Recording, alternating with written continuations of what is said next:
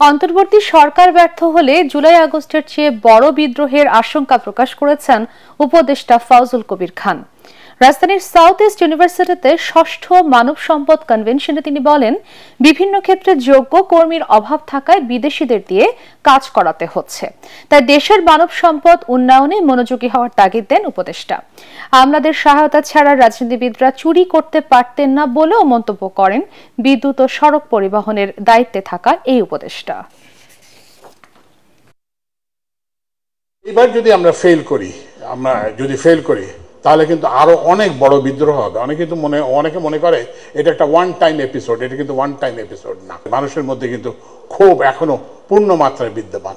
আমরা রাজনীতিবিদদের দোষ দিয়ে থাকি যে এই দুর্নীতি হয়েছে, এই অনিয়ম হয়েছে, কিন্তু রাজনীতিবিদরা দুর্নীতি কাদের সহায়তায় করেছেন?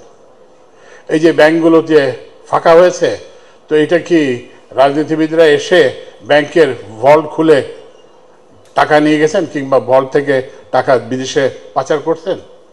এটাতে সহযোগী কারা?